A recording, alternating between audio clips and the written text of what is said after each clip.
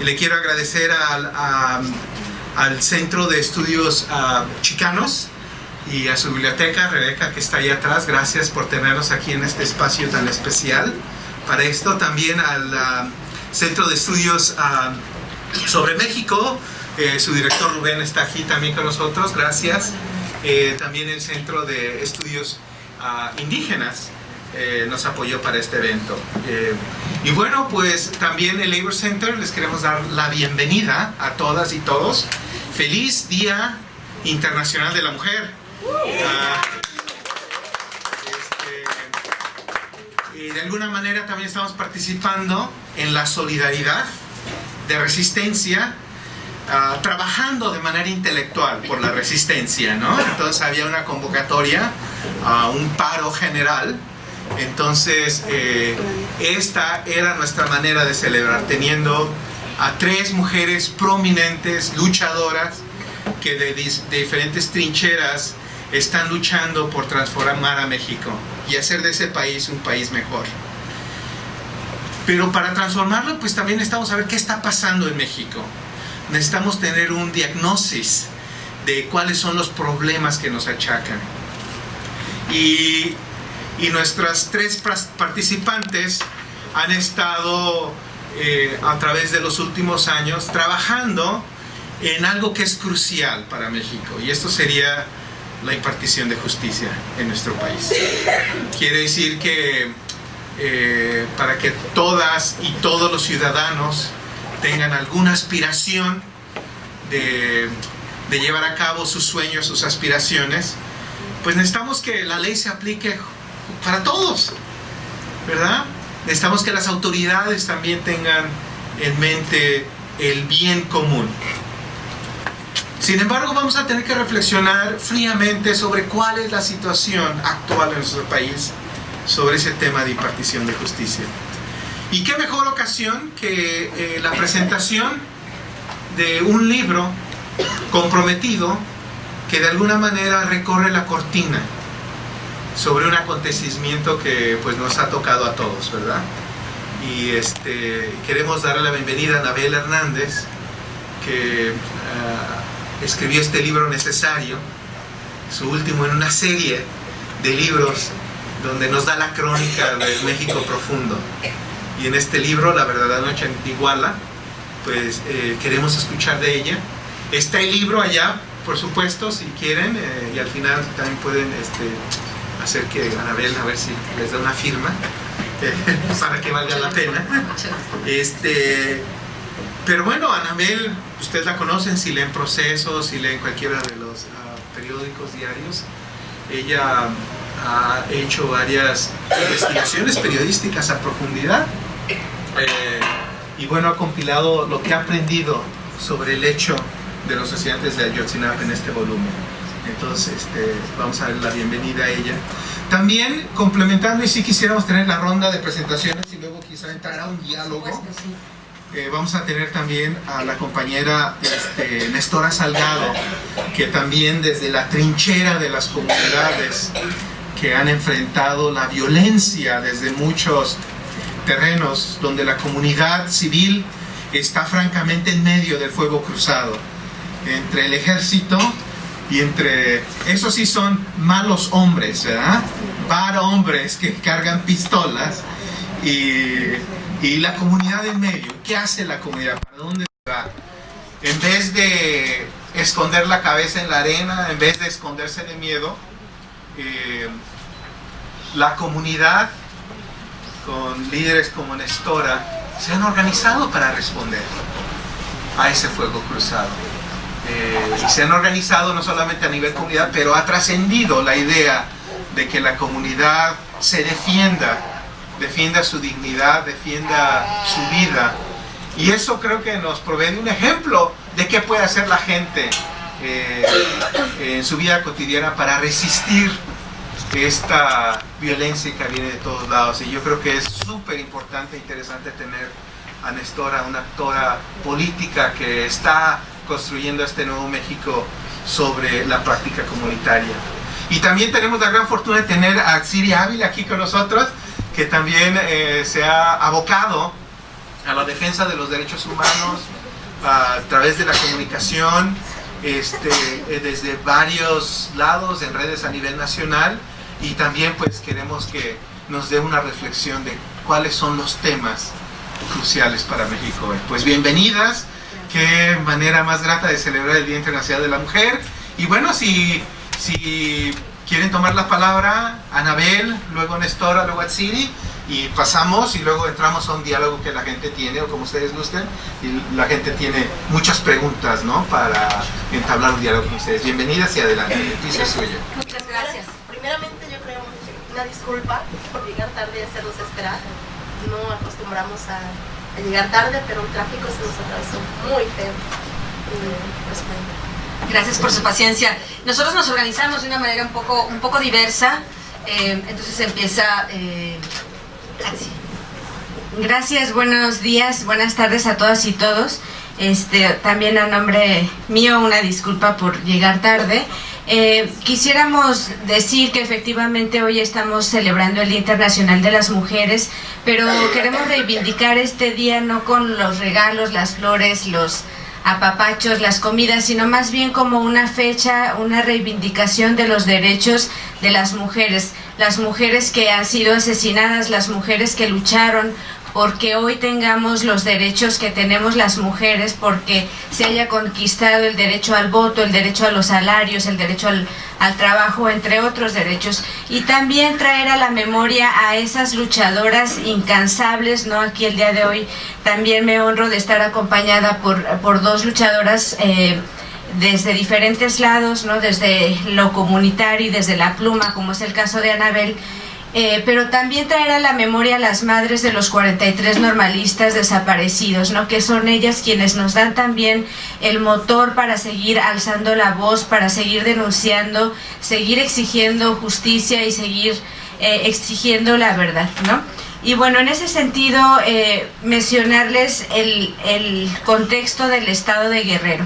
Guerrero es uno de los estados que junto con Oaxaca y Chiapas son de los estados más pobres en el sur de nuestro país.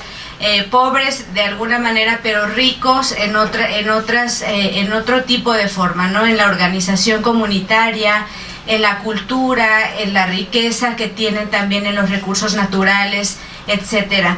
Y bueno, esta diversidad y esta cultura, esta organización comunitaria ha sido reprimida a lo largo de estos años, ¿no? El caso de Nestora o el caso de los 43 normalistas desaparecidos son algunos de los casos emblemáticos de muchos que podemos enunciar, ¿no? Está el caso del Charco, Aguas Blancas, la propia represión, ¿no?, contra los luchadores sociales, la desaparición, por ejemplo, en los años 70 de Rosendo Radilla, la violación sexual y la tortura de indígenas como Valentina Rosendo Cantú, Inés Fernández Ortega, y bueno, otros miles de ejemplos de violaciones a los derechos humanos cometidos por el ejército, ¿no?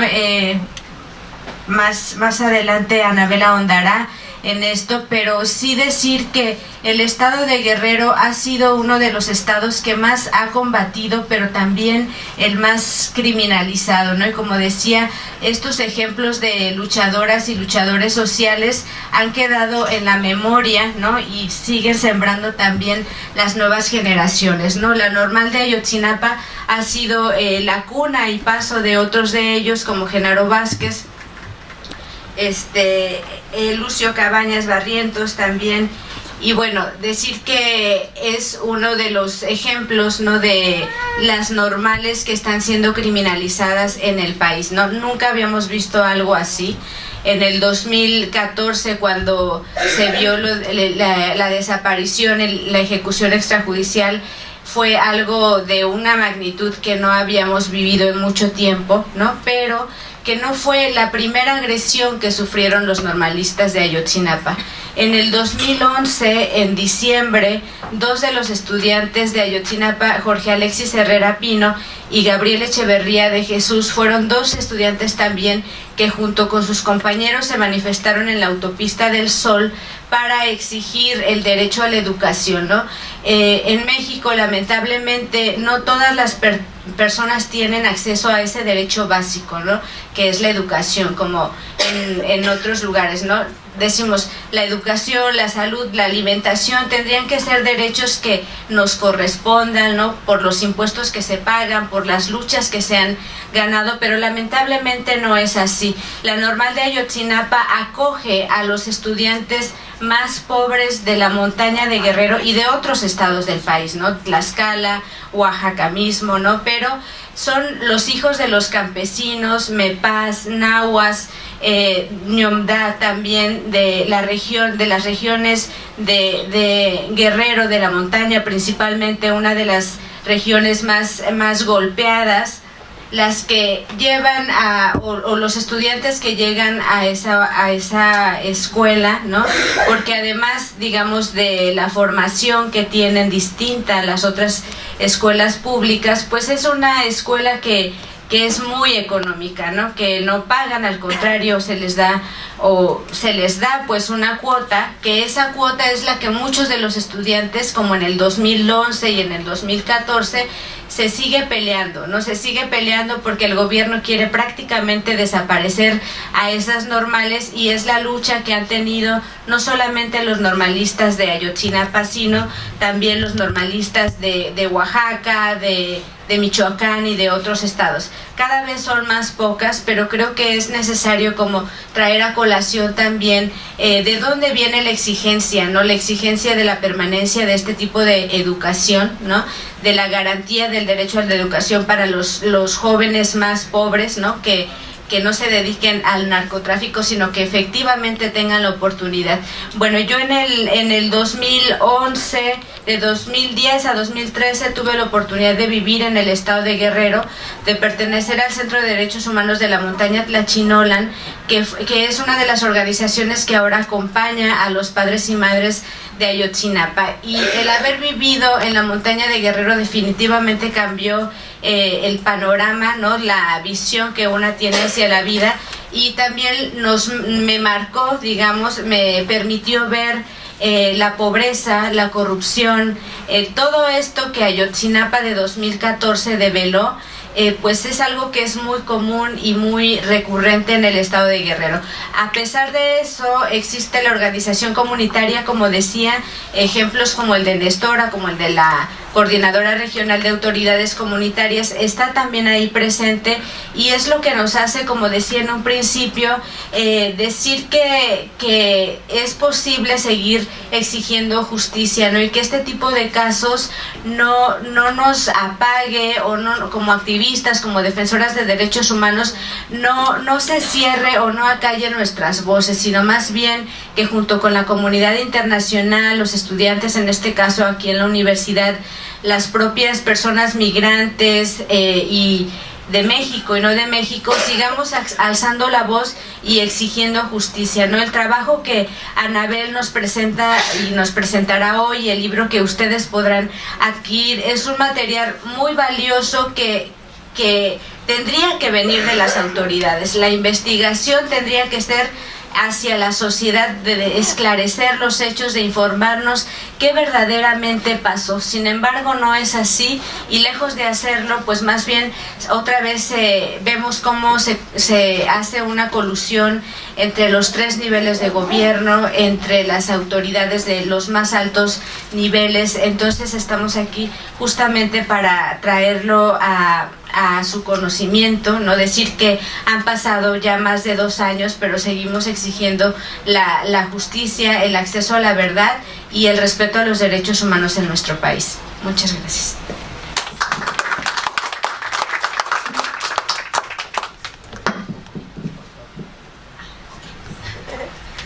Yo sí, porque estoy bien roquita.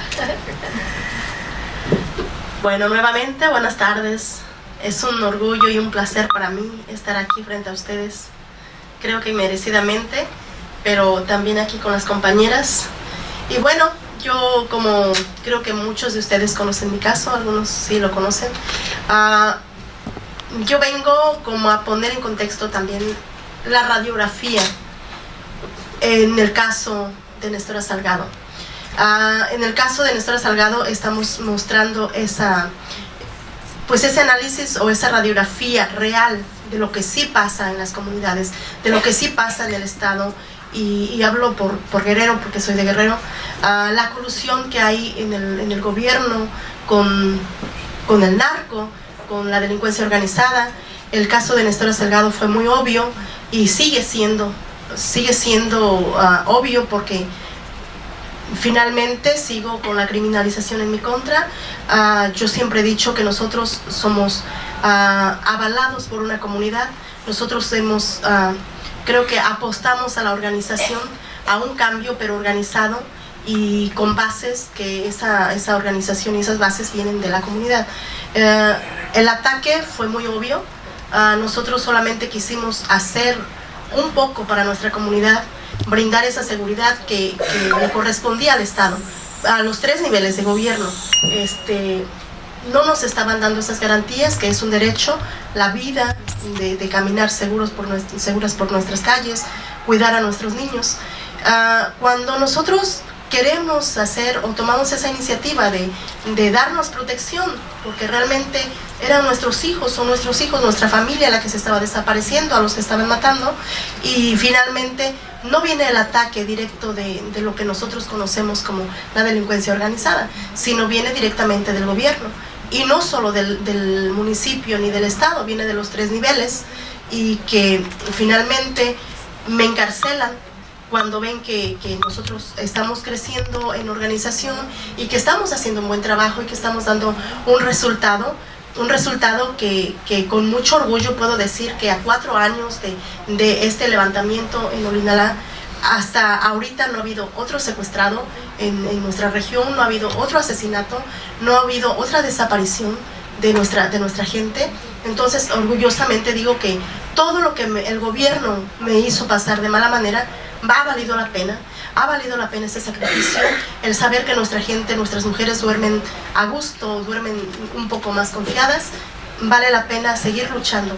Entonces, este trabajo que estaba dando un buen resultado y una bonita organización fue atacada, pues encarcelándome a mí, con ello mandando un mensaje a los pueblos que se estaban organizando y atemorizándolos, sembrándoles. Eso es a lo que yo le llamo terrorismo de Estado, o terrorismo, porque aterrorizan a nuestra gente, ¿no?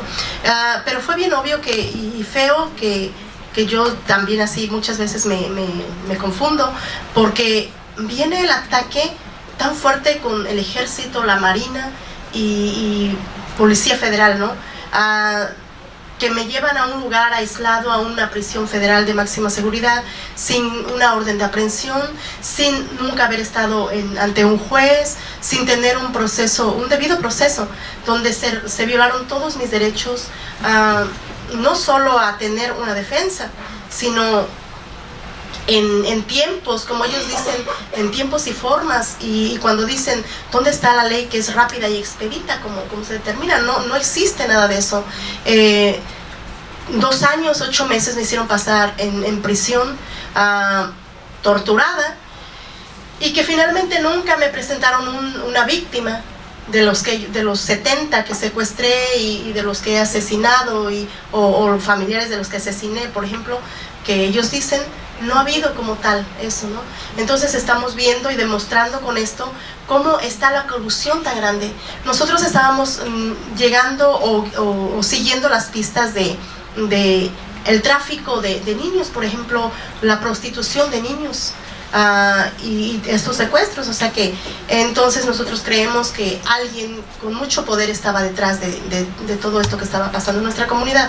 Y bueno, sigo ahorita, después de que no me pudieron probar, después de que la Comisión Interamericana interviene, la ONU da una resolución de una detención ilegal y arbitraria, me dan la libertad, pero una libertad a medias, de la cual he tenido que, pues me siento exiliada en un país, aunque soy ciudadana americana, pero me siento exiliada porque el hecho de que estés en otro país a fuerza, no porque quieras estar. Yo estaba aquí porque yo quería estar, ahora es como obligatorio, no puedo regresar a mi país.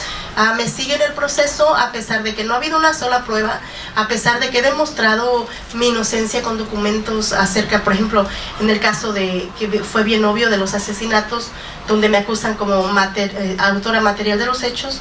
He mostrado todas las pruebas de que jamás estuve en el lugar. Entonces, con esto estamos pues enseñando el ataque que da el gobierno, la criminalización. Hasta esta fecha salgo y también es como cuestión de, o podemos cuestionar al mismo gobierno, porque digo, ¿cómo dejaron ir libre a una secuestradora? O sea, entonces es verdad que se hacen pactos, y dejan ir a los verdaderos secuestradores, a los verdaderos asesinos, los dejan ir en libertad, porque yo cuestionaría también, digo, si ellos dicen que secuestré, que maté, y estoy en libertad, entonces a un año de la libertad, ni siquiera tengo cita para audiencias, o sea, se está violentando todo el derecho. Entonces eso es como para hacer un contexto de lo que realmente sí estamos viviendo, de lo que nadie se atreve a hablar. ¿Por qué me volví enemiga del gobierno? Porque yo sí me atreví a hablar, yo sí me atreví a denunciar con nombres, con apellidos, que yo sí se los dije en su cara y me paraba y se los gritaba.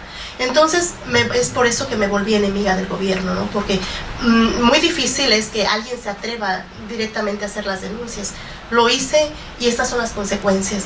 Pero finalmente no me arrepiento, estoy luchando por volver a mi tierra, volver a mi pueblo y seguir en la lucha. Pero sí, con esto, por ejemplo, en mi caso con los normalistas, fue algo que son los primeros jóvenes, por eso me siento bien contenta estar con Anabel, que está presentando su libro de esta historia, porque en el caso de la detención de Nestora Salgado, a los primeros que pido yo apoyo es a los normalistas. Son los que salen primeramente a cerrar carreteras y a exigir mi liberación. Y el hecho de saber que están desaparecidos para mí ha sido muy fuerte. Entonces me siento pues aquí, pues no es un orgullo venir a presentar esa historia, pero sí acompañando a una gran mujer que ha hecho esta gran investigación, como decíamos que a quien le corresponde es al gobierno, pero que al contrario de investigar ha obstaculizado. Y entonces pues bueno, muchísimas gracias por recibirnos aquí con ustedes.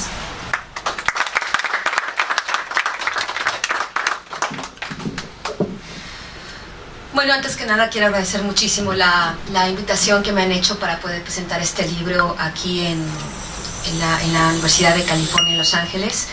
Este libro, antes que nada quisiera darles una breve explicación de cuál es su historia. En el 2014, en agosto de 2014, me vi obligada a salir de México en un exilio involuntario, después de 4 años de acoso, de atentados en mi contra, atentados contra mi familia, amenazas de muerte, el asesinato de algunas de las principales fuentes de información que yo tenía después de la publicación de mi libro de los señores del narco. Y la Universidad de California en Berkeley me da una beca en el programa de periodismo de investigación. Y es ahí cuando yo llego en agosto de 2014. La idea era, la contratación que me hacen, la beca que me dan, es para hacer una investigación sobre las operaciones de algunas empresas del cártel de Sinaloa aquí en Los Ángeles.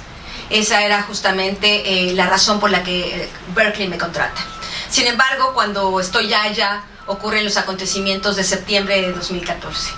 Y cuando yo veo las marchas multitudinarias, sobre todo los rostros de las madres de familia, eso realmente me conmueve profundamente y me hace pedirle a la universidad que cambiemos de tema de investigación y que me permitan hacer la investigación de la desaparición de los 43 normalistas. Estamos hablando de los primeros días de octubre.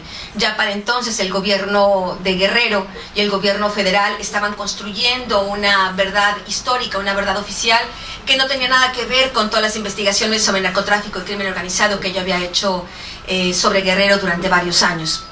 Y es así como finalmente la universidad accede a patrocinar esta investigación y a supervisarla durante 2 años que duró. Antes de continuar ya en lo que es la investigación en sí misma, quisiera darles un contexto de Guerrero que ni Nestora ni Yatziri han comentado, que es el contexto del crimen organizado. Ayer Nestora Salgado, cuando fue por mí, cuando fueron a recogerme al aeropuerto, me preguntaba que ella no terminaba por entender por qué ella qué había hecho de malo, ella qué había hecho de particular, que había hecho que el gobierno la atacara de esta manera, que en vez de que los criminales estuvieran en la cárcel, ella era la que estaba en la cárcel y ella no podía comprender el contexto de por qué. Yo brevemente le conté que la misma razón por la que ella estaba en la cárcel es la misma razón por la que los 43 normalistas fueron desaparecidos, por los vínculos del gobierno con el crimen organizado. En el caso de Nestora, en Guerrero, yo tuve información muy puntual en el momento que los hechos estaban ocurriendo, de que por un lado existen las policías comunitarias, que existen bajo un marco legal, creado incluso por el presidente Ernesto Zedillo. Son comunidades, son policías comunitarias, avaladas totalmente por la sociedad, financiadas por la sociedad, con mecanismos transparentes, no andan en camionetas Lobo de superlujo, no traen el AK-47 o armas con cacha de oro, como vimos en varios grupos de autodefensas ahí en Michoacán. Esto es un asunto totalmente diverso, es un movimiento que realmente proviene del pueblo. Sin embargo, en paralelo, el gobierno de Guerrero, con la anuencia de la Secretaría de Gobernación, en ese momento, estamos hablando de 2013, estaban financiando y haciendo que crecieran unas autodefensas que no venían del pueblo. Unas autodefensas que más bien estaban siendo una especie de brazos armados del narcotráfico. Cuando Nestora Salgado empieza a tocar, sin ella saberlo, porque no lo entendía, algunos intereses del narcotráfico en la zona, es ahí cuando Nestora Salgado se convirtió en un estorbo. Por eso es ella la que está en la cárcel, no los capos que controlan Guerrero. Y esa es prácticamente una historia muy similar a lo que yo me encontré en la historia de los 43 normalistas desaparecidos. Ustedes habrán escuchado la versión oficial, y la repetiré muy brevemente, nada más para tener un poco de memoria y poder hacer la diferencia entre la versión oficial y lo que realmente ocurrió esa terrible noche el 26 y 27 de septiembre de 2014. El gobierno de Enrique Peña Nieto ha dicho públicamente que los normalistas esa noche, el 26 de septiembre, fueron a Iguala a organizar un boicot a un evento político que estaba organizando la primera dama de Iguala, la esposa de José Luis Abarca, y que el alcalde, supuestamente vinculado con el crimen organizado, furioso, en represalia por supuestamente por este supuesto boicot político, ordena a la policía municipal de Iguala que ataque a los normalistas, que los detenga, que asesine a algunos, que los secuestre a 43 de ellos y que después los entregue a 4 supuestos miembros de Guerreros Unidos en un basurero en Cocula, que es una pequeña ciudad que está a media hora de distancia de Iguala, y supuestamente esa misma noche, según esta versión oficial, los 43 normalistas habrían sido asesinados por estas 4 personas y habrían sido quemados durante varias largas horas aquella noche. Según esta versión oficial, el gobierno nunca supo nada de lo que estaba pasando. Según el presidente de la República, según el secretario de Defensa Nacional, según el secretario de Gobernación, ellos nunca supieron del ataque hasta varias horas después. Esta es la versión oficial.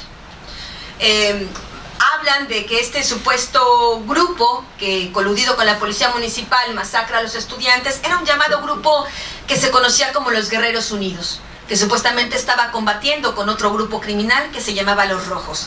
Yo llevo 12 años investigando el narcotráfico, principalmente en Guerrero, porque es una de las zonas de mayor influencia del cártel de Sinaloa, del cártel de los Beltrán Leiva. Y yo en todos los expedientes que había leído de la PGR, miles de páginas de declaraciones de testigos y de narraciones de eventos, necropsias, diferentes pruebas forenses, nunca habían manifestado la existencia de estos dos grupos criminales. Y es eso lo que me hace a mí finalmente, además de las marchas multitudinarias y de la protesta de los padres de familia, lo que me hace entrar en el caso. Y lo que hago es una investigación en dos pistas. Una, me allego de todos los documentos, de todo el expediente abierto tanto por la Procuraduría General de Justicia de Guerrero como por la PGR. Y descubro que en estos expedientes estaba perfectamente claro desde un principio lo que había pasado esa noche. Estaban las pruebas de balística, estaban los testimonios de los estudiantes, estaban videos grabados por los estudiantes, donde era muy claro quiénes sí habían sido los responsables. En vez de aclarar el tema a las 72 primeras horas, esto se hubiera arreglado y ya sabríamos seguramente cuál fue el paradero final de los estudiantes. En vez de hacer esto, el gobierno lo que hace es empieza toda una maniobra para desviar totalmente la investigación hacia otro lugar. Lo que yo me encuentro en estos primeros documentos es que, bueno, por supuesto los estudiantes nunca tuvieron la intención de hacer ningún tipo de boicot político. Los estudiantes lo que querían hacer era juntar 20 camiones, robar, secuestrar 20 autobuses para ser utilizados en la marcha del 2 de octubre. No sé si ustedes sepan que cada año en México se recuerda la masacre de Tlatelolco, ocurrida el 2 de octubre de 1968 a manos del ejército mexicano, por órdenes del presidente de la República, entonces Gustavo Díaz Ordaz. Y estos estudiantes, junto con otros estudiantes de escuelas públicas y privadas en México, cada año organizan una manifestación en repudio de esta situación. Las normales rurales en México son escuelas muy combativas. Y se habían reunido a mediados de septiembre de 2014 para hacer una junta y decir, dividirse las tareas para ir a la Ciudad de México a la protesta, a quién le tocaba qué cosa. Ustedes saben que es muy común el secuestro y robo de autobuses en México por parte de estudiantes. Es un asunto bastante común y nunca había habido una reacción violenta ni del Estado ni de nadie más contra ellos. Parecía ser una práctica tolerada. Por lo que este evento que había pasado en Ayotzinapa rompía por completo esta lógica de eventos que había habido durante años. En el 2013, a la normal de Tenería, en el Estado de México, le había correspondido recolectar todos los autobuses y todos los estudiantes los usaban para ir a la marcha del 2 de octubre. Ahora, en el 2014, en este reparto de actividades, de responsabilidades, se decidió que la normal rural de Ayotzinapa le tocaba ese año recopilar todos los autobuses. Esta misión quedó a cargo de Bernardo Flores, que es uno de los normalistas desaparecidos. Él era el responsable de efectuar todas las operaciones para secuestrar los autobuses y para obtener gasolina para poder ir al viaje a la Ciudad de México. Durante varios días los normalistas estuvieron secuestrando varios autobuses, más o menos entre el 19 y 22 de septiembre de 2014. Este secuestro de autobuses se había conducido pues con cierta normalidad. Me refiero, ellos iban a Chilpancingo, que era donde era el punto más cercano y donde había más autobuses para secuestrar, y lo habían estado haciendo. Me detengo ahí en mi explicación. Entonces descubro que no había habido ningún móvil político. Cuando los estudiantes llegaron a Iguala ese 26 de septiembre de 2014, ya el evento de la señora María de los Ángeles Pineda Villa, de la esposa de José Luis Abarca, había terminado. Pero eran puntos que ni la prensa ni la PGR estaban mencionando. En mi investigación tuve la experiencia de que realmente los medios de comunicación mexicanos y extranjeros fueron muy irresponsables, creo que la gran mayoría, o estuvieron bajo el control del gobierno. Yo durante mi investigación llegué a tener varias discusiones con el titular del programa de periodismo de investigación allá en Berkeley, porque me decía, tú no puedes seguir haciendo esta investigación, no puedes seguir publicando, porque yo empecé a publicar algunos avances en mi investigación en la revista Proceso, y me decía, no podemos seguir avalando esta investigación porque el New York Times dice una cosa totalmente distinta. Y yo le dije, bueno, el New York Times no sirve de nada. El New York Times no se ha parado en Iguala ni un día. El New York Times no tiene ni idea de lo que está diciendo. El New York Times va a la conferencia de prensa, abre la grabadora, reporta todo lo que está diciendo el New York Times y lo repite y lo vomita en el periódico todos los días. Eso no es una investigación, eso es únicamente estar repitiendo la versión oficial. Así que tuve que estar haciendo mi investigación en contra de las versiones oficiales repetidas hasta por los principales medios de comunicación del mundo. Después, otro punto que yo encuentro cuando estoy en mi investigación de campo es que los estudiantes habían grabado unos videos con sus teléfonos celulares durante el ataque.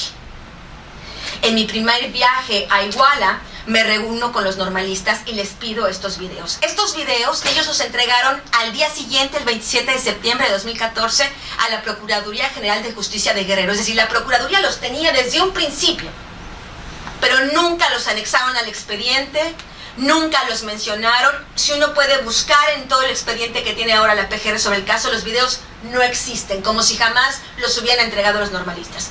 Yo les pido una copia de los videos, me los proporcionan, y en estos videos hay una cosa que es absolutamente clara de lo que dicen los estudiantes.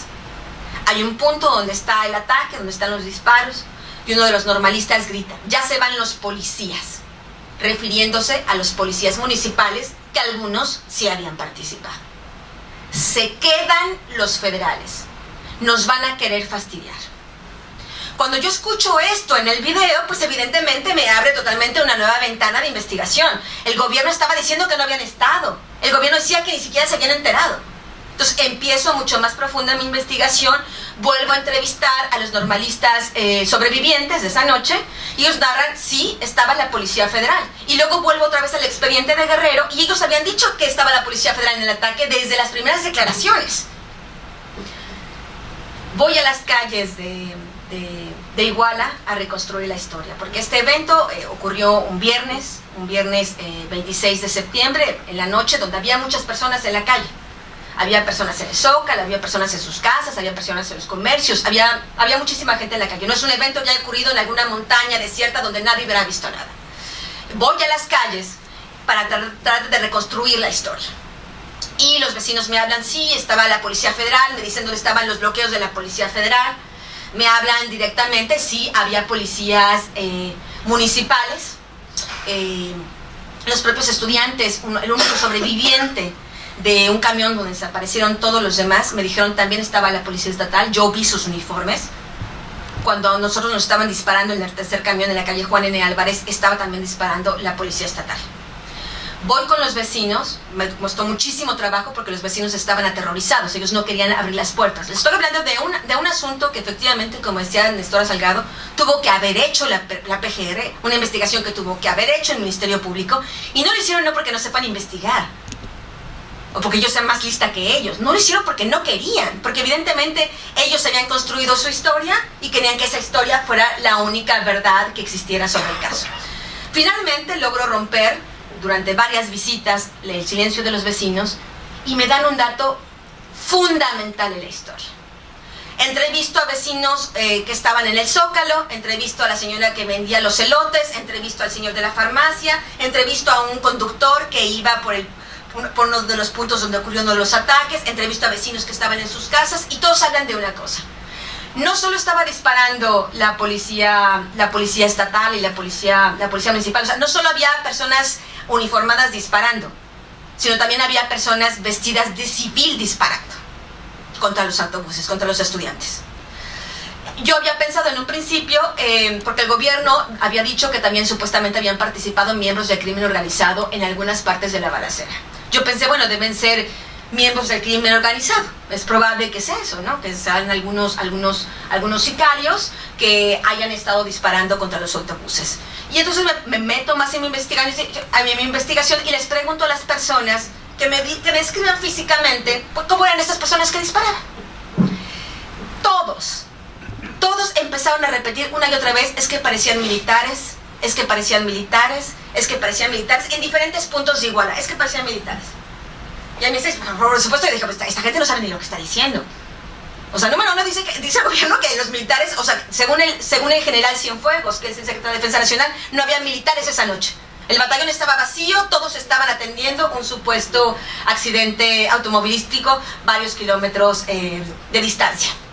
Y pues los militares están uniformados, ¿no? Andan en vehículos oficiales. Esto no tenía ninguna lógica, pero tampoco tenía ninguna lógica de crimen organizado, porque, digo, yo he investigado a los propios sicarios y guardias armadas del Chapo Guzmán, y serán muy ordenados, pero no les ponen el mismo corte de pelo, ¿no? Entonces, no usan el mismo corte de pelo, ¿no? Esta descripción constante del corte de pelo de estos sujetos que la gente describía, porque yo decía, a ver, militares, ¿por qué? O sea, ¿por qué militares? ¿Por qué no? Por el corte de pelo y por...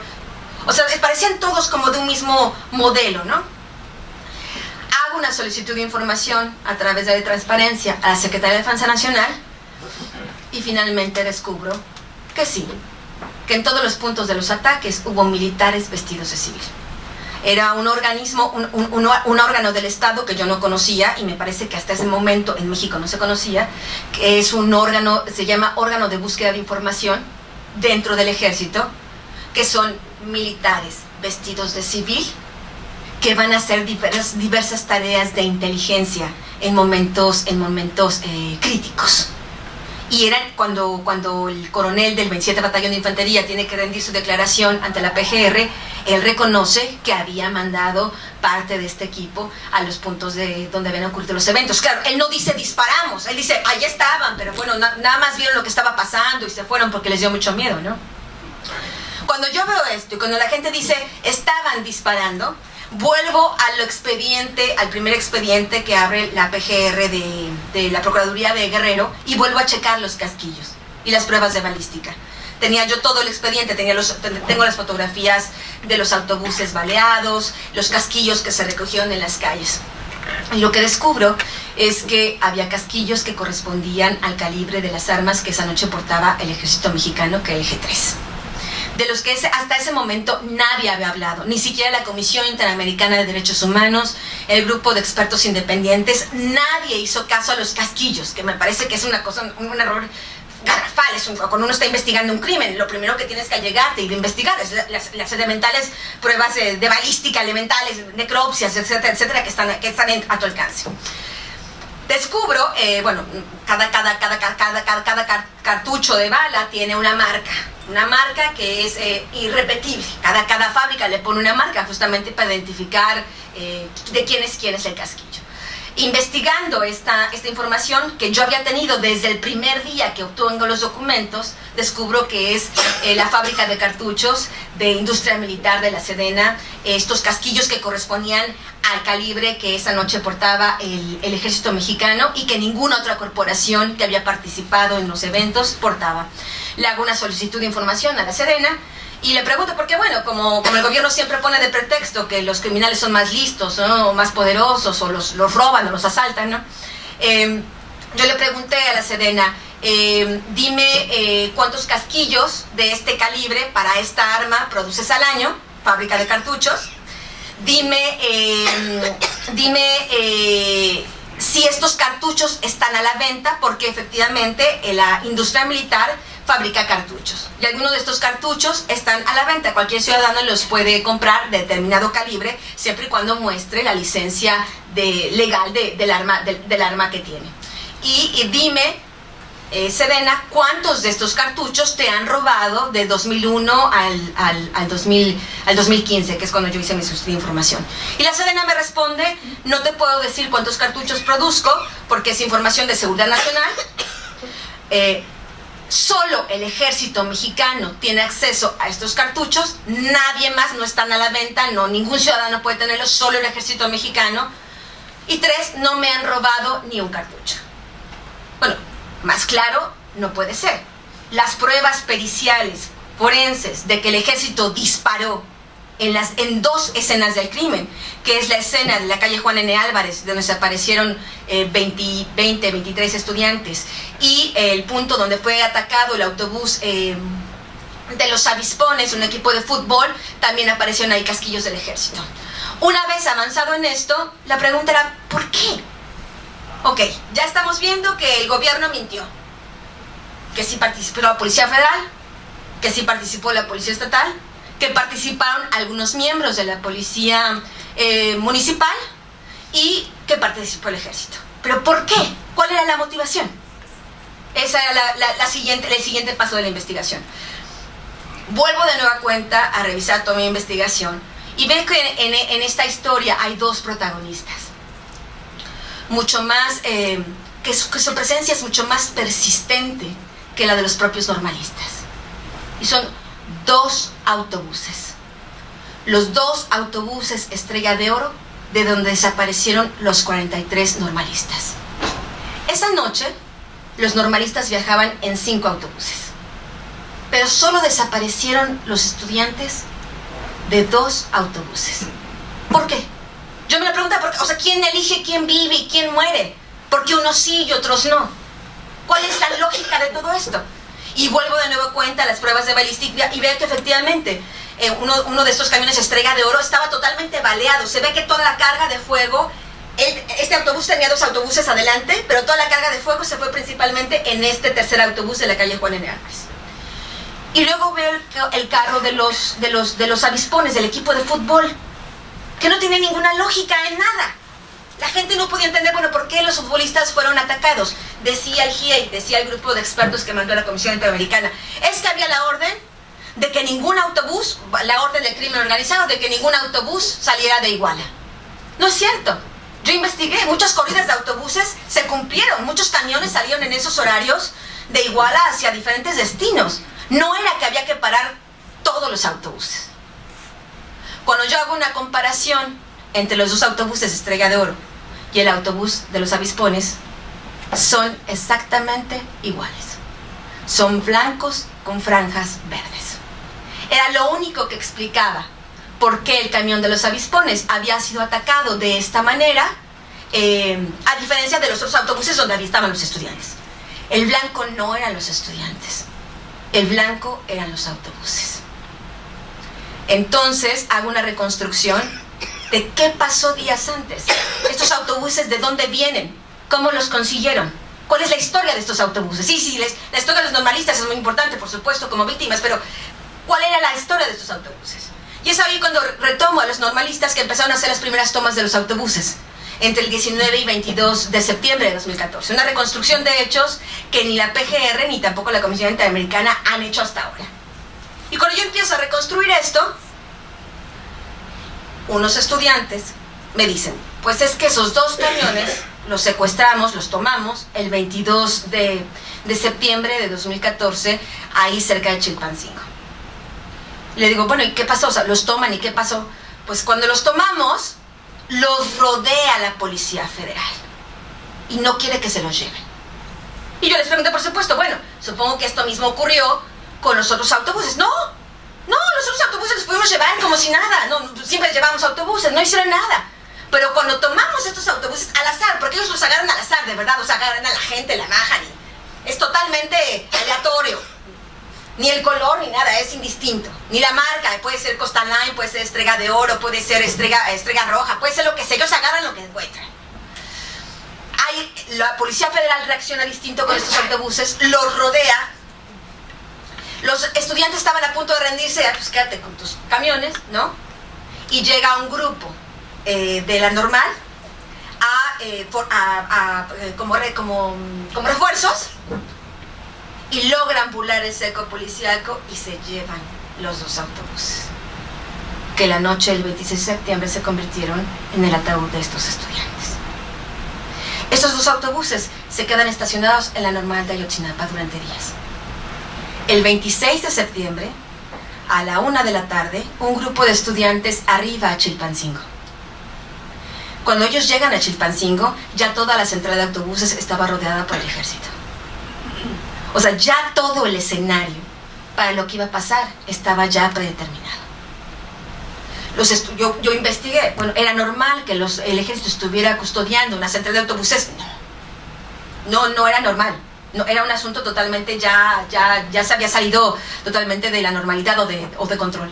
Los estudiantes deciden volver a Ayotzinapa, y es en ese momento, a las 5:59 de la tarde, cuando deciden, Bernardo y su equipo deciden, es que no vamos a quedar mal de no juntar los autobuses. O sea, aquí no es que podamos decir, ay, no pude juntarlos a los compañeros de las otras normales, ¿no? Entonces tenían el tiempo encima, tenían solo 8 autobuses secuestrados y les faltaban pues 12, porque tenían que juntar 20. Entonces esto ya era contrarreloj.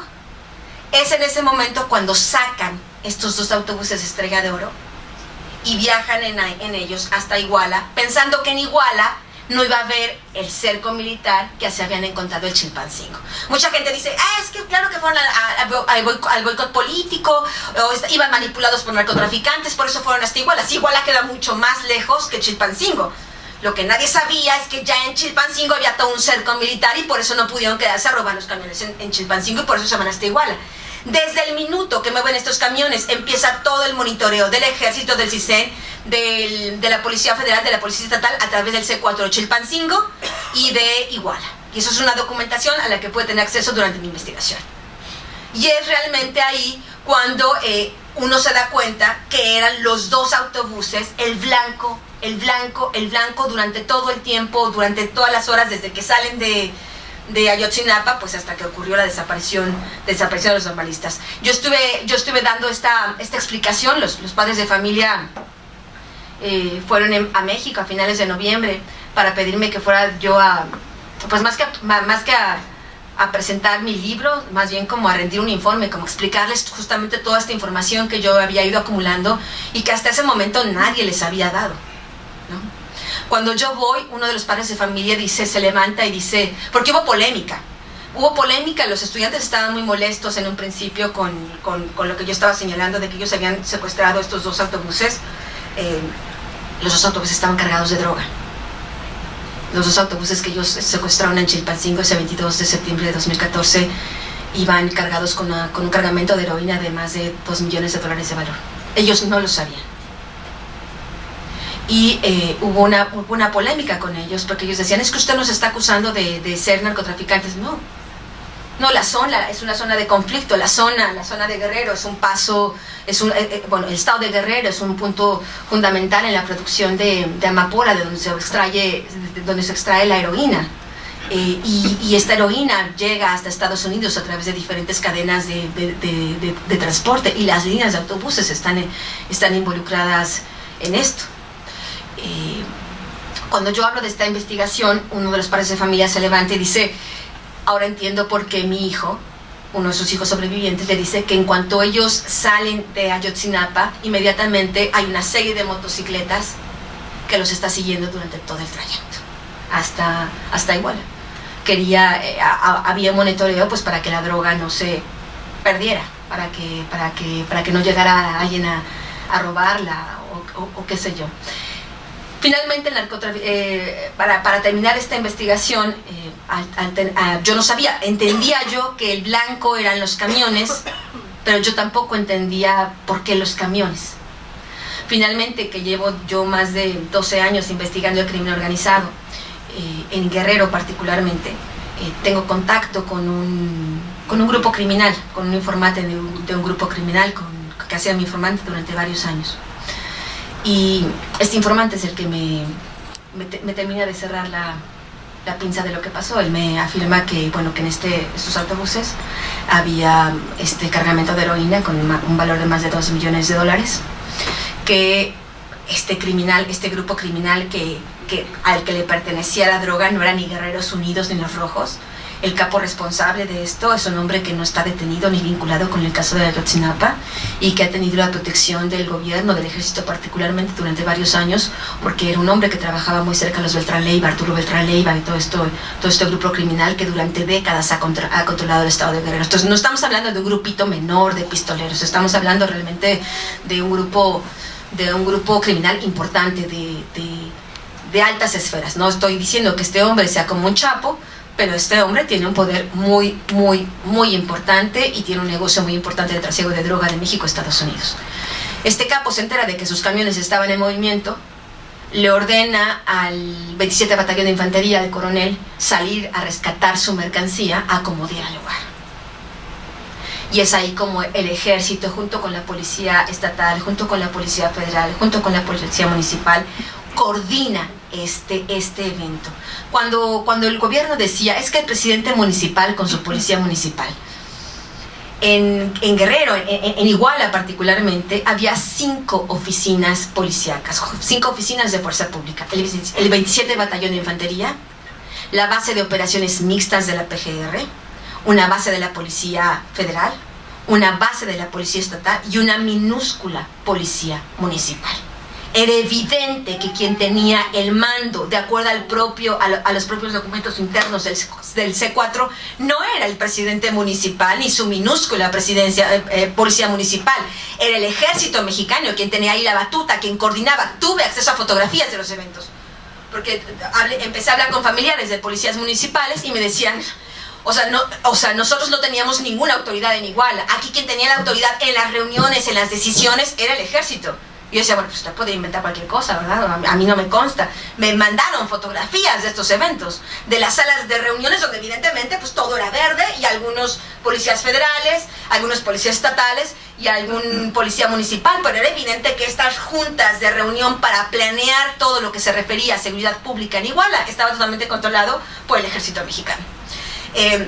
Finalmente, el ejército ejecuta la operación y en un principio iban únicamente por los autobuses. Entre las 9:30 y 10:30 de la noche del 26 de septiembre, durante las balaceras para detener a los autobuses, porque si uno ve los balazos principalmente iban a las llantas, o sea, para que totalmente se detuvieran, para que ya no pudieran circular, y por supuesto después a las ventanillas y ese tipo de cosas, pero principalmente en un principio iban solo a las llantas para que se detuvieran. Cuando los militares empiezan a hacer la operación de recoger, de rescatar la droga, es ahí cuando supuestamente los estudiantes que iban en estos autobuses se dan cuenta de la operación. Y es ahí donde estos militares, junto con los otros elementos, deciden la desaparición, para que no quedaran testigos de sus vínculos con el narcotráfico. Y es así como hasta este momento no sabemos dónde están los normalistas desaparecidos. Pero no hay la menor duda de que el gobierno de México sí lo sabe. Después de que ocurren estos hechos en Iguala, yo les decía que el gobierno tuvo la oportunidad de haber resuelto el caso en 72 horas. Hubo un ministerio público que evidentemente entendió lo que estaba pasando y empezó a pedirle el armamento al ejército y el armamento a la Policía Federal, porque por supuesto quería hacer peritajes. Me estoy refiriendo que esto se los pidió el 27, 28 de septiembre. Es decir, para que este ministerio público, un ministerio público local de Iguala, quería hacer los peritajes a las armas, así como les habían hecho los peritajes a armas de la Policía Municipal para saber quiénes habían disparado, que es una operación elemental. El ejército y la Policía Federal nunca le enviaron, nunca le entregaron ni la lista de armas, ni le dejaron al Ministerio Público hacer el peritaje a las armas para saber qué arma había disparado. El gobierno lo que hace es toda la operación de encubrimiento de Estado. Yo diría que esa operación de lo que ocurrió esa noche no es exactamente un crimen de Estado. Es el crimen de unos malos funcionarios públicos coludidos con el narcotráfico.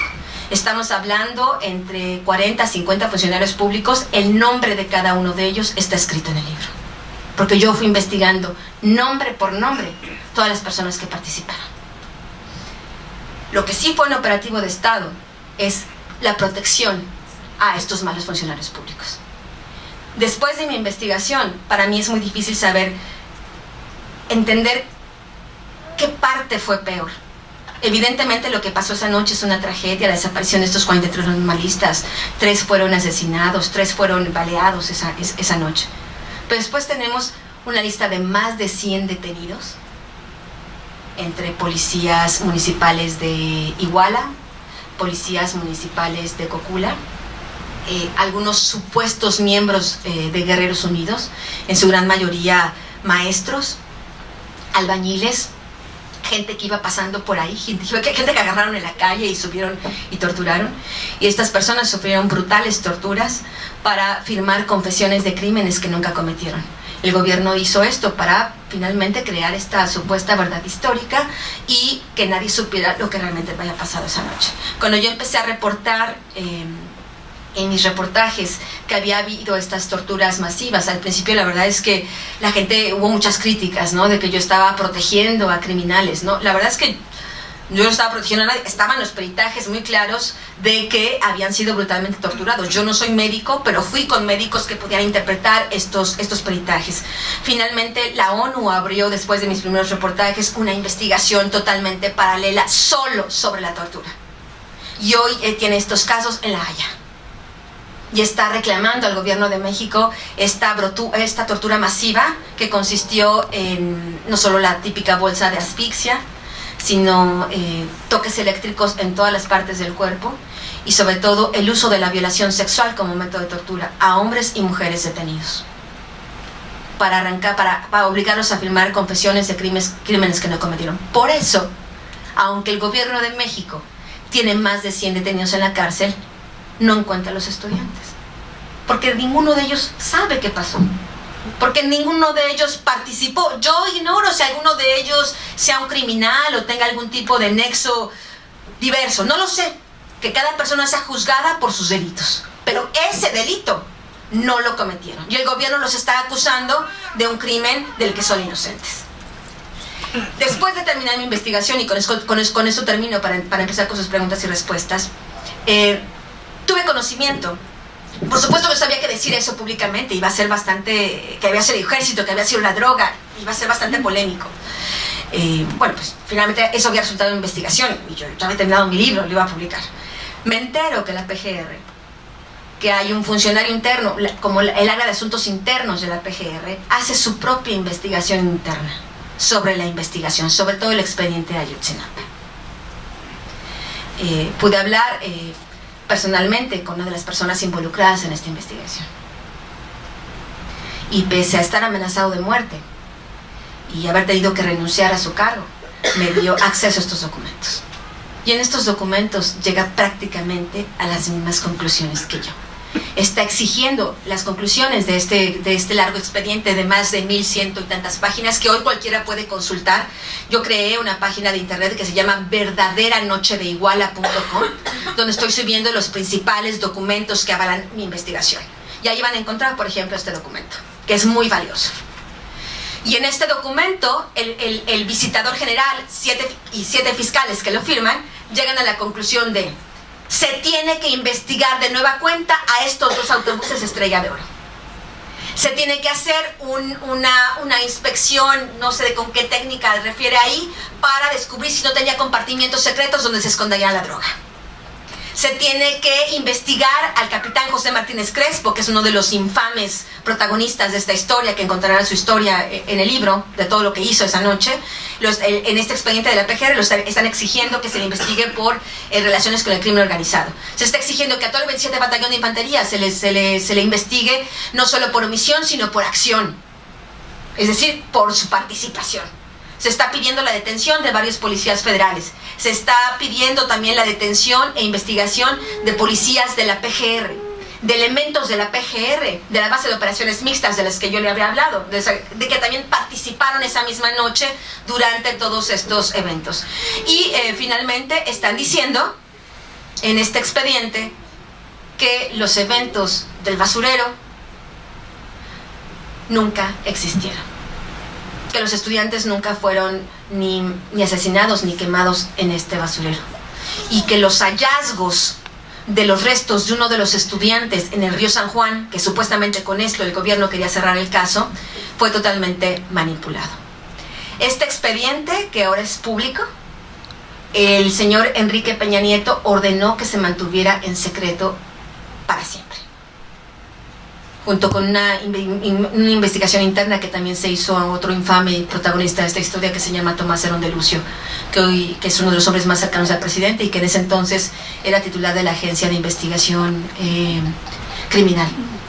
En este expediente también vienen los nombres de todos los torturadores, y viene que efectivamente las personas que yo había estado investigando que habían sido torturadas, ya en este expediente se afirma categóricamente que sus detenciones fueron arbitrarias, y vienen los nombres de los torturadores, los cuales también podrán encontrar nombre por nombre en este libro de la verdadera noche de Iguala. Estas personas, el gobierno realmente pensaba que después de haber aterrorizado a todas estas familias, a los torturados, iba a poder de esta manera esconder su crimen. Hoy el gobierno, para él este libro es muy incómodo. Una de mis principales fuentes de información fue amenazada de muerte después de la publicación por nuestros altos funcionarios públicos. Yo fui acosada, hubo un intento no sé si de atentado o de amedrentamiento el 1 de diciembre del año pasado en la Feria Internacional de Guadalajara, cuando presenté este libro. Los abogados de los estudiantes ya presentaron el libro ante la PGR y lo metieron como parte de la investigación para que la PGR tenga que forzosamente indagar lo que yo estoy afirmando.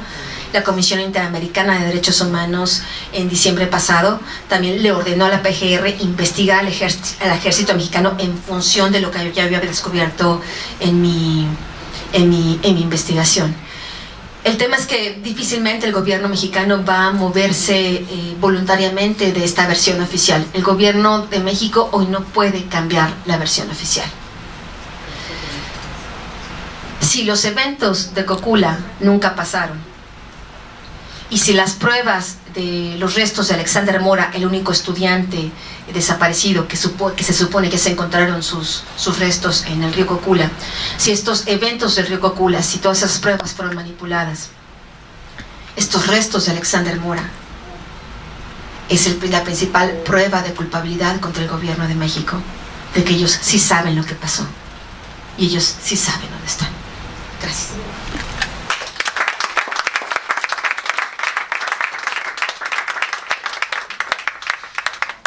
Vamos a pensar un poco en toda la información, vamos a digerir todo esto. Un recesito para respirar aquí un Sí, momento. ¿verdad? ¿Por qué no también? Acuérdense que tenemos libros ahí atrás, si quieren comprar el libro para que Anabel los firme al final sería bueno. Bueno, vamos a abrir, tenemos tiempo limitado, me gustaría abrir una ronda de preguntas de parte del público, vamos a acumular unas 3 o 4 y luego darle la oportunidad a las presentadoras para que hagan. Adelante, Rubén. Gracias a las presentadoras, a ver, no me quiero atravesar aquí en la cámara. Gracias, Anabel, por estar aquí, por tu trabajo. Tengo un par de preguntas sobre el libro. Una de ellas es, en la narrativa que nos planteas de cómo sucedieron los eventos, una cosa que a mí me llama la atención es que parece haber como una especie de uso excesivo de fuerza, no nada más lo digo por lo que sucedió en los asesinatos o las desapariciones de estos estudiantes, en relación a el hecho de que eran 2 camiones y algunas docenas de estudiantes que no iban armados, ¿no?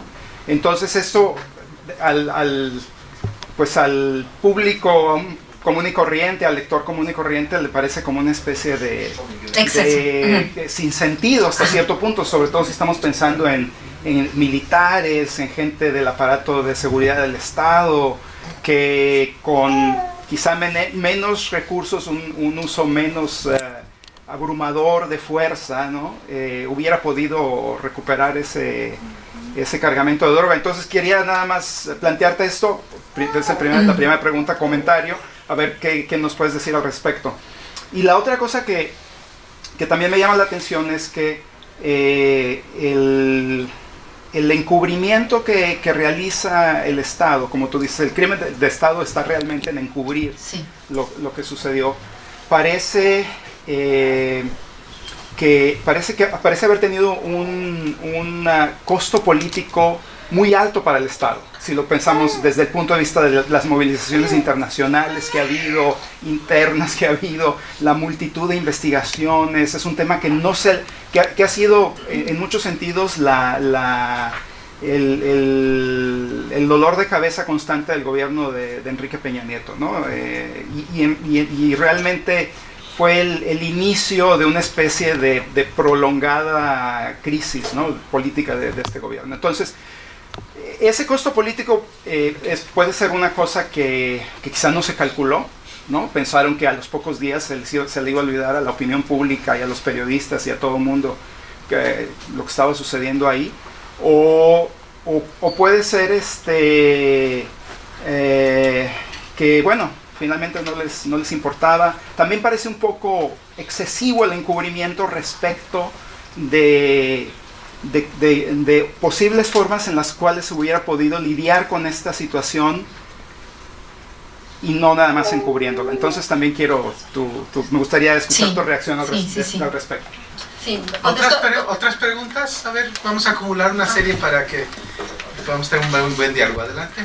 Buenas tardes. Yo quería saber qué sentido hacen los normalistas de los hechos ocurridos. Sobre todo, ellos tienen una larga historia de activismo político, digamos, en contracorriente al gobierno, y ya explicó usted que esta versión de los camiones como blancos al ataque no fueron del todo bien recibidos, y quería saber entonces cómo hacen ellos sentido de este evento. ¿Una otra pregunta? Bueno, comencemos con él. A ver, aquí. A ver, adelante. Sí, si quieren. Perdón. No, mejor espera, sí, la Ok. Adelante. esto que usted se pregunta, estas dos preguntas del exceso de fuerza y el costo político, son dos cosas que por supuesto yo me estuve preguntándome a mí misma durante todo este tiempo. No hay que olvidar una cosa. El ejército mexicano se ha convertido en un instrumento mortal. Son perros sin control, fuera de control.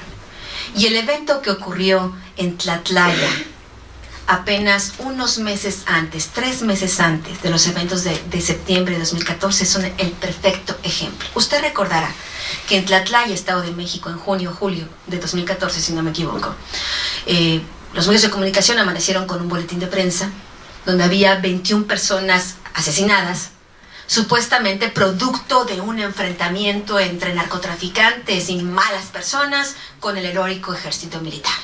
Y esa era la versión que había permanecido. No, eran malos, sí, que los masacren, eran malos, ¿no? Nadie empezó a hacer la cifra, 21 bajas de aquel lado y ninguna del ejército. Bueno, ¿qué tipo de enfrentamiento es ese, no? Pero bueno, nadie se hace estas operaciones, porque el problema es que el ejército mexicano lleva tantos años en la calle bajo el pretexto de la llamada guerra contra el narcotráfico, que ellos fueron aumentando y aumentando y aumentando el abuso de la fuerza indiscriminada contra ciudadanos comunes y corrientes, ¿eh? No sé si usted recordará el evento que pasó en Monterrey en el sexenio de Felipe Calderón, contra unos estudiantes del Tecnológico de Monterrey. Los masacraron en pleno campus, y uno diría, ¿a quién se le ocurre este exceso de fuerza? Bueno, porque fueron agarrando esa impunidad, y entre más impunes fueron, más exceso de fuerza sintieron que podían usar. En aquel caso de los estudiantes del Tecnológico de Monterrey, muchachos brillantes, de buenas familias, me refiero de familias pudientes, aún a ellos les sembraron las armas. ¿Por qué no? De que ellos habían disparado. Finalmente se descubrió, gracias a la defensa de sus familias, de que, oh no, eso nunca fue un combate, ni los estudiantes dispararon, sino que fue el ejército que llegó y los confundió, se les dio la gana de masacrarlos, ¿no? Lo de Tlatlaya pasó lo mismo. Después hubo un grupo de dos periodistas en particular, uno de Square y uno de AP, que van al lugar de los hechos, porque por supuesto hay que ir al lugar de los hechos a ver, y se dan cuenta de una pared llena de perforaciones de balas salpicada de sangre. Pues eso parece un paredón, un campo de fusilamiento, eso no parece una batalla. El ejército mexicano, había un día antes del 26 de septiembre de 2014, después de meses de haber negado, no hicimos nada, tuvieron que emitir un boletín de prensa para decir sí hubo esta ejecución sumaria de estas 21 personas en Tlatlaya. Era un escándalo internacional. Eso responde a mi pregunta del uso del excesivo de la fuerza. Así se las gastan. Ya es una costumbre del ejército. Esta guerra contra el narcotráfico los ha hecho de verdad perros fuera de control. No distinguen. 1, 2, 3, armados, desarmados, es lo mismo, ¿no? ¿Por qué el Estado los protege?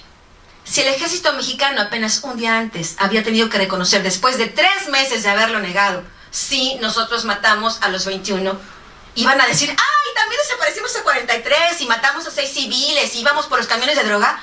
El gobierno no iba a hacer eso para nada. Es la única lógica que yo le encuentro. Yo he hablado con asesores del presidente. ¿A quién se le ocurre? Y él me ha dicho, es que evidentemente, ahora pasado el tiempo, era más barato haber metido a la cárcel a esos malos funcionarios públicos que haber hecho el encubrimiento de Estado. ¿Por qué el presidente tenía que encubrir al ejército mexicano? Porque el presidente Enrique Peña Nieto es el único que sostiene.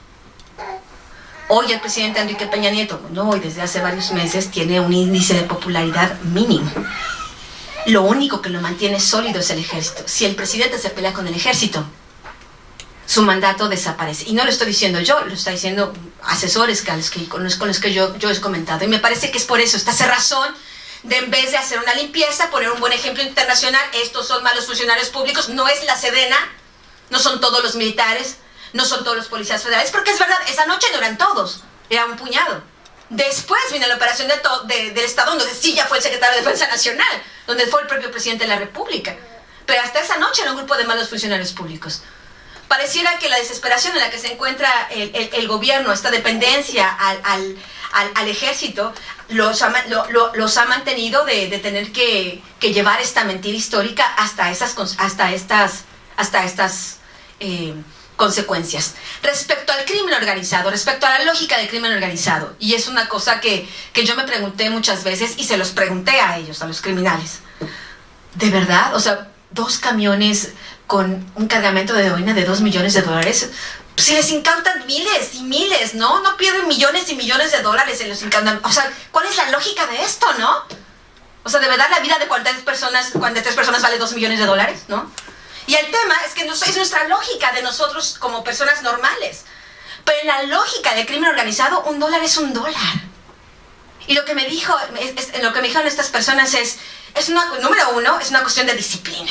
Tú no puedes pedir que alguien te llegue a robar droga, y menos unos muchachos. Sabíamos que no sabían. Pero si les permitimos que ellos nos roben la droga, pues va a venir todo el mundo aquí a hacer un saqueadero, ¿no?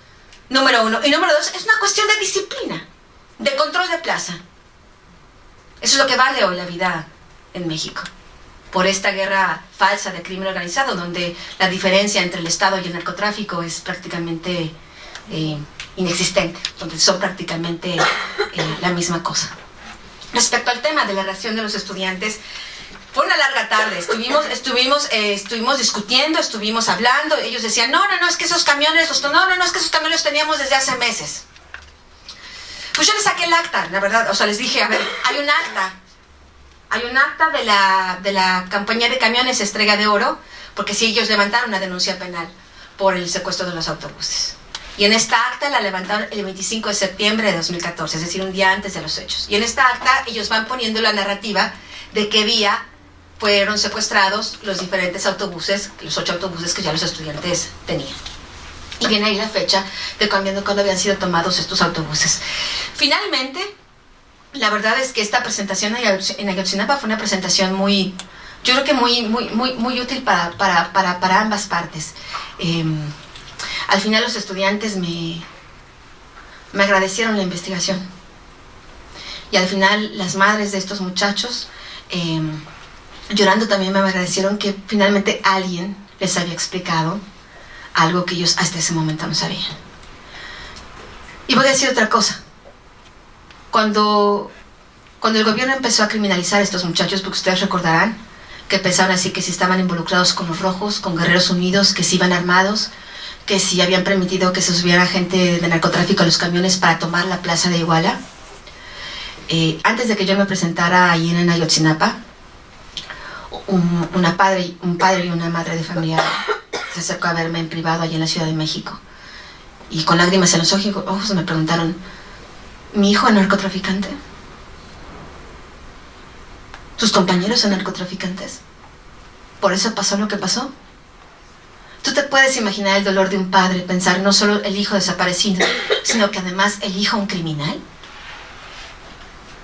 Y yo les dije claramente, no, y yo le investigué esa parte.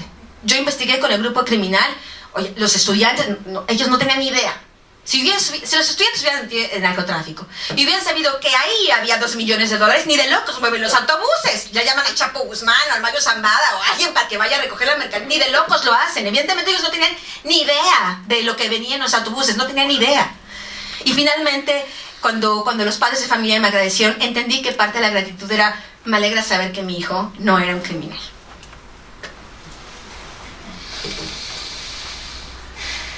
Preguntas. Ajá. Sí, yo tengo 2 preguntas. El exgobernador Aguirre, Ángel Aguirre, la familia Barca y luego el rostro de Julio. La situación, o sea, ¿qué pasó ahí? El desollamiento. Sí. Bueno, en el tema de, este Aguirre, aunque era un gobernador supuestamente del PRD, es amigo personal íntimo de Enrique Peña Nieto. Yo me puse a investigar y les voy a dar esta pequeña estampa, esta pequeña fotografía que creo que habla de cuál es la relación de Aguirre con Peña Nieto. Cuando Peña Nieto le pide la mano a su esposa, esta señora actriz, para que se case con él, lo hace en una fiesta que organizó Aguirre. Es decir, son uña y mugre este par. Evidentemente Aguirre desde un principio empieza a manipular la investigación, la indagatoria de Iguala, cuando este Ministerio Público está como ahí con un olfato elemental, siguiendo como la ruta, cambia de manos la averiguación previa y detienen a unas personas el 3-4 de octubre y los torturan ahí en la Fiscalía General de Guerrero, y son los supuestos primeros miembros de Guerreros Unidos que confesaron sí, nosotros fuimos, ¿no? Para desviar ya inmediatamente la investigación. Así que él estuvo de acuerdo absolutamente en desviar la información de la verdad, porque además la policía estatal había participado activamente también en estos eventos. Respecto a José Luis Abarca, pues me parece que era como el chivo expiatorio perfecto. Era un tipo, pues sí, parecía antipático, ¿no? Su esposa efectivamente, es cierto, estaba vinculada con sus hermanos, habían sido narcotraficantes, ¿no? Yo conozco el expediente de sus hermanos, lo he leído muchas veces, mucho antes de este caso, por las investigaciones que yo había hecho. Y la verdad es que en estos expedientes yo nunca había encontrado ni el nombre de Abarca ni el nombre de su esposa como parte de la delincuencia organizada. Yo hasta el momento, si me preguntas, yo no sé si José Luis Abarca y su esposa estén involucrados en delincuencia organizada, en lavado de dinero, narcotráfico, no lo sé. No hay pruebas fehacientes sobre eso. Hasta ahorita, este momento, ya más de 2 años del caso, el gobierno no le ha podido ni siquiera asegurar ninguna casa, ni ninguna compañía, ni nada, porque no ha podido encontrar un solo peso sucio en sus cuentas bancarias y en la conformación de sus negocios. Entonces, pues yo me quedaría con eso. Y evidentemente él esa noche, aunque hubiera sido muy malo, aunque hubiera odiado a los estudiantes, aunque hubiera querido masacrarlos a todos, jamás hubiera podido hacerlo, porque él no era la autoridad en el municipio. Era un peón, era un elemento ahí de adorno. Realmente quienes eran la autoridad era toda esta presencia del gobierno federal que ya he señalado. ¿Y cuál era lo de Julio? Lo de Julio es interesante, y yo la verdad, yo no termino todavía de comprenderlo. Quisiera yo ser prudente, ser cauta al respecto. Sé por sus compañeros, por la información que tienen sus compañeros de él. Sé que él esa noche fue uno de los primeros que empezó a grabar con sus teléfonos celulares. Sé que Julio es el único que desaparece, que no estaba en ninguno de los 2 autobuses. Desaparecieron 43 estudiantes de los autobuses. Él desaparece también esa noche, pero él no iba a bordo de los autobuses.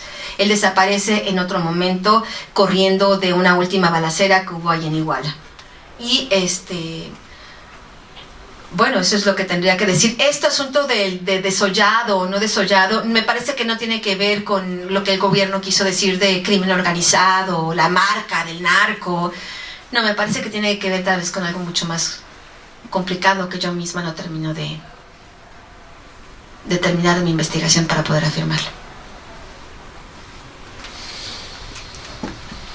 ¿Preguntas? ¿Y qué destino final tuvo el cargamento de la droga? ¿Investigó? Bueno, sí, el cargamento fue recuperado. Los militares violaron la escena del crimen, y los militares subieron más de una vez a los autobuses. Están las pruebas, los testimonios de incluso de las propias contradicciones entre las declaraciones de los militares. Subieron a los 2 autobuses en más de una ocasión sin ninguna supervisión de nadie. Entonces la información que yo tengo es que el cargamento de droga sí fue recuperado. ¿No llegó a Chicago? Eso no lo sé. Fíjese que yo no sé.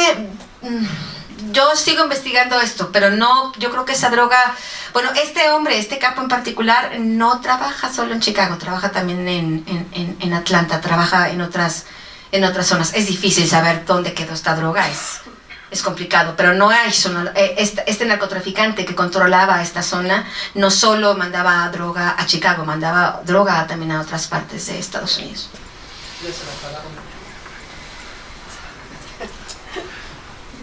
Adelante. ¿Y cuál es la esperanza para la justicia en México cuando la prensa internacional está consumida con todo lo que es Trump?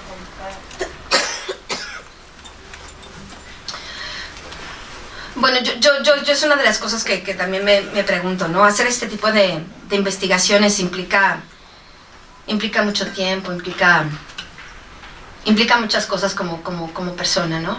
Y luego yo también me pregunto, bueno, ¿esto para qué, no? Bueno, por supuesto, darle verdad a los familiares, creo que es una cosa de elemental justicia, ¿no?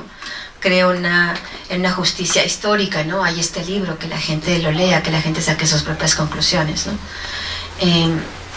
Creo que hay una parte que me toca a mí como periodista, pero hay una gran parte que le toca a la sociedad. Y es justamente esto, es evidente que el gobierno de Enrique Peña Nieto no quiere, no le importa, al contrario, le preocupa que haya justicia sobre este caso. Y yo el año pasado participé en una conferencia en Ginebra donde conocí a un procurador, el procurador de justicia antimafia de Palermo, Roberto Scarpinato, que propuso públicamente ahí en Ginebra constituir una corte internacional, que la ONU constituya una corte internacional para el gobierno de México sobre estas violaciones graves a derechos humanos. Y yo creo que es algo que tiene que suceder. Y yo creo que es algo que no solo le corresponde a los mexicanos exigir, sino debe haber una comunidad internacional solidaria y juntos exigir sobre esto, ¿no? Y el caso de Ayotzinapa es un caso muy, muy específico. Están tres derechos humanos internacionales violentados por el gobierno mexicano. Por supuesto, la desaparición forzada, la violación al derecho a la verdad, y por otro lado, pues las torturas masivas que hubo en el caso, ¿no? Entonces me parece que hay un caso para una corte internacional, pero es la sociedad la que debe buscar eso. El problema es que la sociedad mexicana está en un momento llevan años en un momento muy crítico, de una apatía ilógica, de un conformarse, convivir con la muerte, la injusticia todos los días, que nos ha vuelto insensibles. La gente no termina de comprender, la gente se cansa, estos padres de familia que siguen buscando a sus hijos, que hacen sus marchas, que porque ya no se olvidan de ellos, ¿no? El tema es que más valdría que ni ellos ni nosotros nos olvidemos de ellos, porque estamos condenados a que si este caso no se resuelve, pues el próximo secuestrado, el desaparecido o torturado podemos ser cualquiera de nosotros, de los mexicanos que estamos allá. Vamos a ir cerrando una última pregunta. Adelante, por favor. Te quiero preguntar algo más personal para ustedes. Ustedes como humanos, como mexicanos, ¿cómo se protegen contra toda esta inseguridad?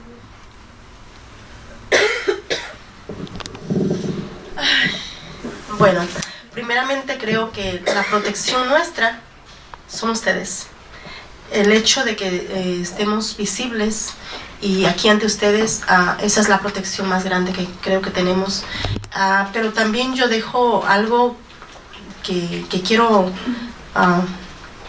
que sea de mí, es que ustedes, o toda la sociedad, los estudiantes, son los que tienen que exigir la justicia, que vayamos juntos de la mano, que no dejemos pasar todo esto, que no se olvide, que sean ustedes los que exijan el respeto a los periodistas, porque principalmente a los independientes, a los que no están ahí como Televisa y toda esa basura, porque es la única forma que podemos tener un poquito de verdad.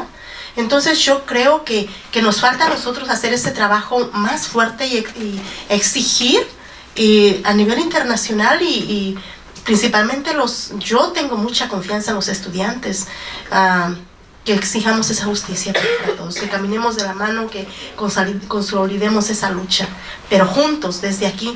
Por eso yo estoy haciendo un trabajo muy fuerte aquí internacionalmente, ya que no se me permite estar en mi estado. Quiero que de aquí todos nos organicemos y seamos los defensores de nuestra gente que se atreve a denunciar esta investigación. Imagínense, si no la hace gente como ella, nunca vamos a saber la verdad y nos quedamos solamente con esa historia que nos venden. Entonces es bien importante mantener y darles ese acompañamiento y seguimiento a nuestros luchadores y defensores y periodistas. Bueno, pues como periodista es un contexto muy, muy, muy complicado. Tú sabes que México es uno de los lugares más peligrosos para ejercer el periodismo. Van más de 110 periodistas muertos. Simplemente el año pasado asesinaron a 16, solo el año pasado. Entonces estamos hablando de un contexto muy, muy difícil. Yo estuve aquí en Berkeley 2 años. Para mí eso fue como una manera de protección. Yo regresaba a México 1 o 2 veces al mes para hacer esta investigación, pero tenía mi familia, mis hijos en Berkeley y me sentía segura, ¿no? Ahora el programa de Berkeley terminó. y en agosto del año pasado tuve que regresar de nueva cuenta a México. Y pues es una situación bastante complicada, porque yo por supuesto amo a mi país, pero yo sé que ahí no hay vida para mí. Yo sé que ahí la gente o los hombres de poder me quieren muerta o callada, y también sé que hay una sociedad que se olvida. Yo sé que se les va a olvidar. Yo sé que si algo me pasa o me masacran o me violan, como ha ocurrido con otros periodistas, a lo mejor va a ser una nota de 1 o 2 días y la gente lo va a olvidar. Lo bueno es que yo no hago mi trabajo para ser recordada. Yo hago mi trabajo porque creo en esto. Ya había muchos periodistas que creemos en esto. Y para mí esa es mi principal protección, saber que estoy haciendo lo correcto. Bueno, en el caso de las defensoras de derechos humanos, igual que las mujeres periodistas, también hay un gran listado, ¿no?, de compañeras que han sido asesinadas del 2010 a la fecha, al menos 41, ¿no?, de diversos estados del país. ¿Y qué pasa con eso? Que la mayoría de los casos están impunes, ¿no? Es un mensaje que se le manda también a la sociedad o a los propios agresores, que vienen de todas partes, ¿no? Desde las empresas, los políticos, los propios caciques del pueblo, ¿no? Es decir, no pasa nada, puedes matar a quien sea y pues como dice Anabel, ¿no? Sembrará 1 día, 2 días, pero al otro día se olvida. Entonces, para mí una labor fundamental es el reconocimiento del papel que tienen y que tenemos las defensoras de derechos humanos. Es una labor que no es para nosotras mismas, ¿no?, sino es una labor de aporte a la sociedad, de construir, de transformar socialmente nuestro entorno más inmediato, pero también una apuesta para el sistema político, capitalista, machista, racista en el que vivimos no nada más los mexicanos, sino también aquí en Estados Unidos y a nivel mundial. Entonces, el reconocer esa labor de las defensoras, de los periodistas que, como digo, no atentan contra un derecho nada más de nosotras, ¿no?, de que es el ejercer el derecho a defender los derechos humanos, sino más bien atentan también al derecho de información, en el caso de la sociedad o de los periodistas, a la libertad de expresión y otros impactos que no son, como decía, para una persona o una organización, sino para la sociedad en general.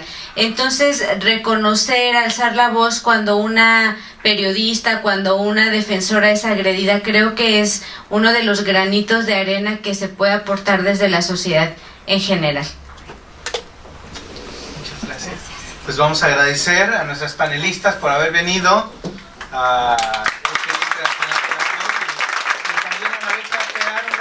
Tienen libros para firmar, adelante, abrimos el piso y están los libros allá de venta. ¿Dónde está la compañera? She's selling books over there. Y está aceptando tarjetas de crédito, así es de que adelante. Gracias. Gracias.